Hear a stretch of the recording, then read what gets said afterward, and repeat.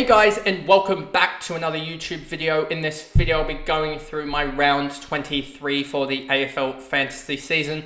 One of the last videos I think is just trade targets as well as team reveal and then also team review for round 24, which I'll do.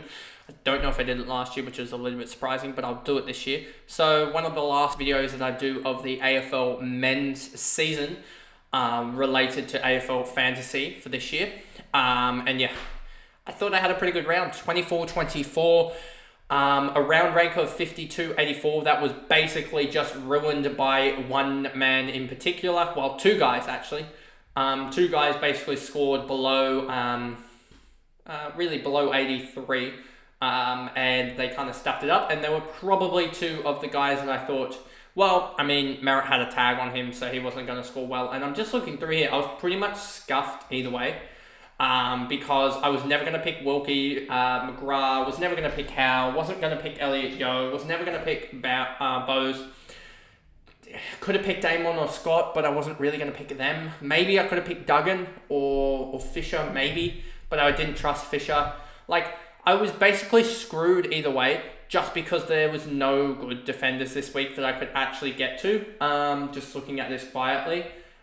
Even where is the likes? Oh yeah, no, I'm getting the guy that I was looking at here, but there was just no one here that I could have actually gone to that scored really, really well. And I have no defenders in my forward line that I could have flipped to and then gotten the forward. So I was pretty much scuffed either way. With it, the defenders just had a really bad week. And yeah, Sicily ended up not scoring well, but at least I changed a red dot into Sicily's score, so at least I got something. But I could have actually gotten even just Lawson Humphrey's score and then gotten a midfielder and potentially gotten that instead of a Zach Merritt. Probably was in the end the best option, I would say. Yeah, there's probably someone here that I could have got, maybe even a Jai Newcomb. But then again, do you really want to be leaving a Primo on the bench and playing a rookie at this point in the season? You probably don't, so the logic doesn't even sit there. So just trying to even review what I could have done, and there's not much that I actually could have done that would have changed it in the end. So yeah, I was pretty much sitting at that. Even looking post back on it, there wasn't any choices for me to really go to that I would have liked. And it just sort of failed anyway. But let's just jump into this video. As you can see, overall rank now up to 4622, which is a rise of about 280 ranks or so, 278 to be exact. And another pretty good round after an all-right round the last couple of times, which is pretty good. Hopefully we can get and hold 4.5k maybe. If we have a really good round, maybe we can get into the sort of into the threes, but I don't think we will, because that would take a monumental, I think that would take 2,500 probably to get in there. And I think there will be some people that go nuclear in the last round, especially there's a potential for defenders to do it.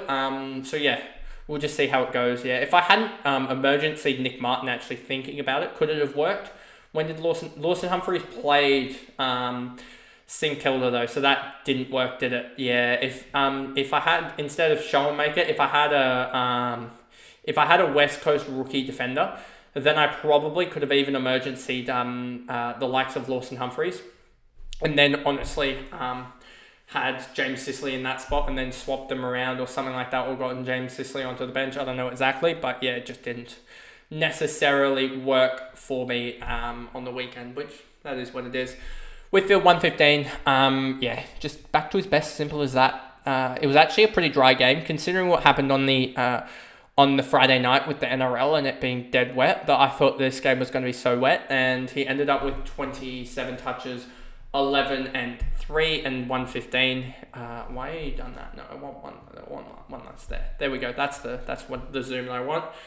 I don't know what to think about Stewart. He's been pretty poor, and you know, I could risk it on someone else, but then again, I don't know, I just don't know if I really want to risk it on Tom Stewart, who has West Coast, and he's probably going to absolutely dunk on West Coast, given that West Coast is so poor. Nick Newman, he's been one of the best trade-ins that I've had the last couple of weeks. Him and Marshall in the last couple of weeks have really stood up. It was only really Sicily and Dunkley that have failed since almost post-bye. So yeah, just those two have failed. Nick Dacos back to his best. Has Melbourne? Do I think that they'll tag him? They probably will. Even though there's almost no use for them to get the win, it's almost more beneficial to lose this game. But I think that they'll try and go out in the season on high, and they will probably tag Dacos. But we've seen Dacos through a tag. He got through. He's gotten through tags before and done really well. Even this 92 against Carlton is going to be up there in the defender line for the week. So if he did put up a 92, so I think he can easily just outscore what he needs to be in still the top 6, 7, 8 for defenders. And then Nick Martin has he has the Brisbane Lions game. I don't expect Brisbane to tag him. I expect Brisbane to tag Merritt. But I don't know if Barry's out or not. So we'll have to wait and see on that one. Or I haven't looked at their injury list. Gordon, 94, he's really slowed down a little bit. Plays Adelaide. Against Adelaide earlier this year, went 1-2-7. I don't expect them to put anyone on him. And if they do, then they're probably just letting Heaney or Chad Warner off the hook. But Sydney are prepared to rest everyone and anyone this week. So, yeah, there's a potential that I have like 3 or 4 red dots in the Supercoach, which will just be a fantastic way to end the year. Dunkley, 84, comes up against Essendon. Hopefully does really well. Essendon usually, it feels like, is the side that he likes to go big against. Let's check this. 96 against them and average-wise, and 101 at the Gabba. So hopefully he can go large. But yeah, he failed. Bontempelli has GWS. That's a tough matchup. He went 71 against them last time. Callum Ward, potential tag there. So are you willing to risk it with Bontempelli and shifting him onwards to get another guy, such as, I don't know, but they could tag Treloar, to be honest. They might just tag Treloar over him. Could you move potentially Bont on to someone and then get like a Brayshaw, or move Bont to Brayshaw and upgrade somewhere else? Butters has Freo. What to do last time against Freo? He went 113. I don't know if they'll necessarily tag him. Maybe Hayden Young goes to him, as they are playing for their season, so there is a lot on the line. So Hayden Young probably goes to him, but he's a blitz through some tags as well as tough matchups, so I'm not too worried about him. Tom Green, 122, for all those that said don't, it's probably still warranted, given that he's averaging, 18 off, so he's averaging 101 in this 3-game stretch and has the Doggies, and the Doggies he went 83 against, so could be worrying, but I don't think Doggies will put anyone on him, to be honest with you, and I'm just hoping he can get those marks and tackles up, because his disposal work's still pretty good. He just needs to get those non-disposal work up a little bit more.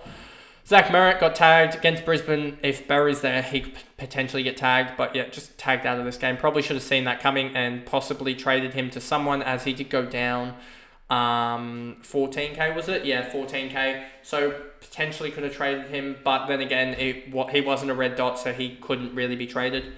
Connor Rozee, he did what he did. And yeah, a 109 from him. The only thing I could have actually thought of doing, positions, ruck, last round, is actually going for Nank has Gold Coast, potentially like a Briggs or something like that, but there was so much threat of a Tristan Cherry going large that I kind of had to get Tristan Cherry, which my ignorance of not picking him has probably caused this Sicily problem, as I probably wouldn't have gone for Sicily if it was for, or I would have gone for Sicily in a different manner. I probably would have gone for him off like a Lawson Humphreys or like a Pete Ling or something like that, rather than going off of him off of an actual primo. So yeah, that's kind of probably the reason why I stuffed it. I probably would have gone for Archie Roberts, and also like another primo defender, etc.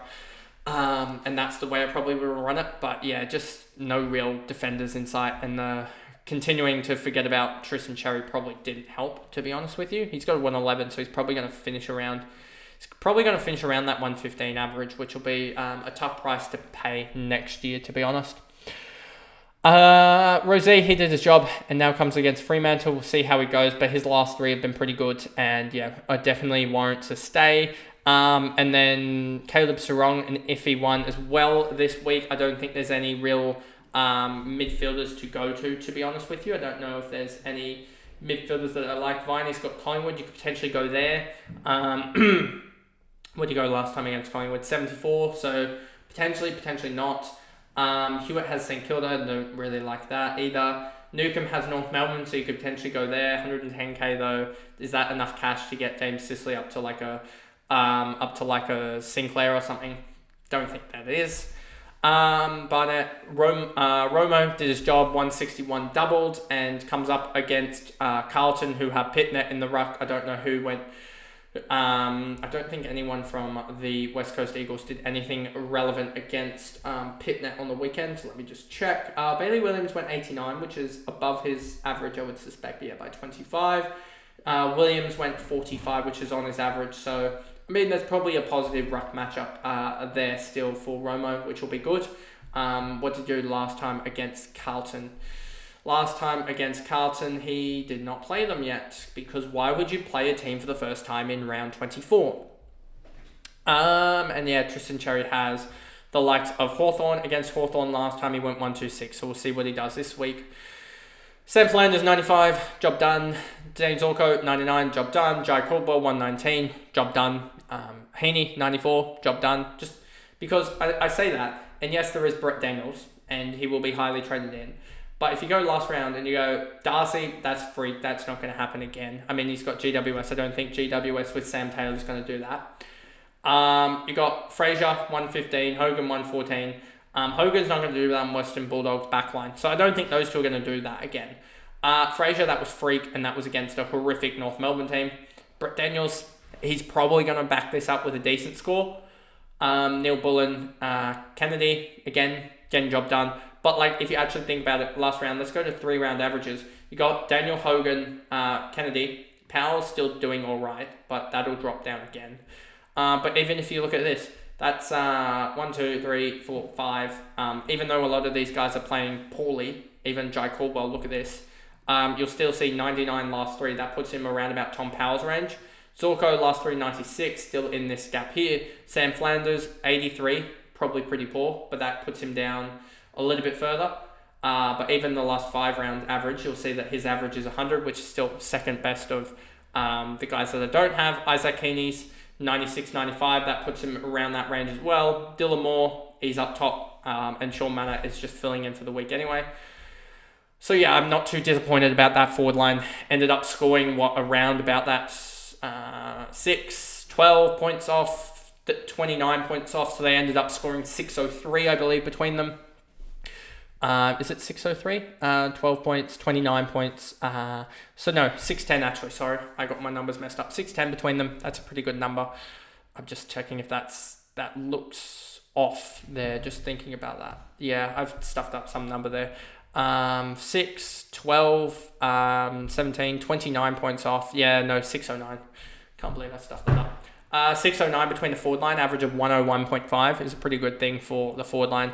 Not much more I could hope for, especially with Philippou being out, but I'm happy Philippou was out, because saving 90k on Philippou next year is absolutely huge, because think about this. If he'd played those 3 games, scored 100 in each of those games, which he probably comes back and scores 100. So we're talking about 810 divided by 13, which is 62, compared to 1010 divided by 15, which is 67. So actually, it's only 5 points, which isn't as good as I thought it was. But still, 50k is a pretty big number to just avoid, which is good. So yeah, pretty happy that we avoid 50k worth of extra spending, because Philippou is out, because that's the diff. That can be put towards the Tristan Cherry Fund, which will be good next year, as I think I'll go for probably him. De Koning's also a shout. I don't think there's any up-and-coming rucks that get full-time mantle next year, sorry. So, yeah, Tristan Cherry is on the cards next year, as he just tackles too much to not be included. But anyway, that is the video there, the second last review of the season. If you do enjoy it, remember to like and subscribe, turn the notification bell on so you're notified of future content, and I'll see you guys in such videos. Bye, guys.